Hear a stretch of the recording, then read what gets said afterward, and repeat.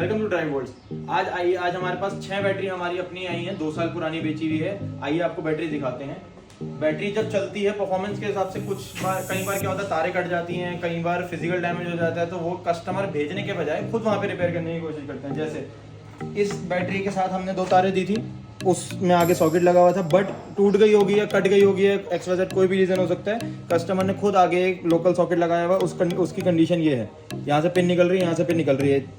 जहाँ DC supply में loose connection है वहाँ पे शॉर्ट सर्किट होगा, वहाँ पे आग लगने के चांसेस है। सेम आपको सारे सॉकेट के साथ मिल जाएगा।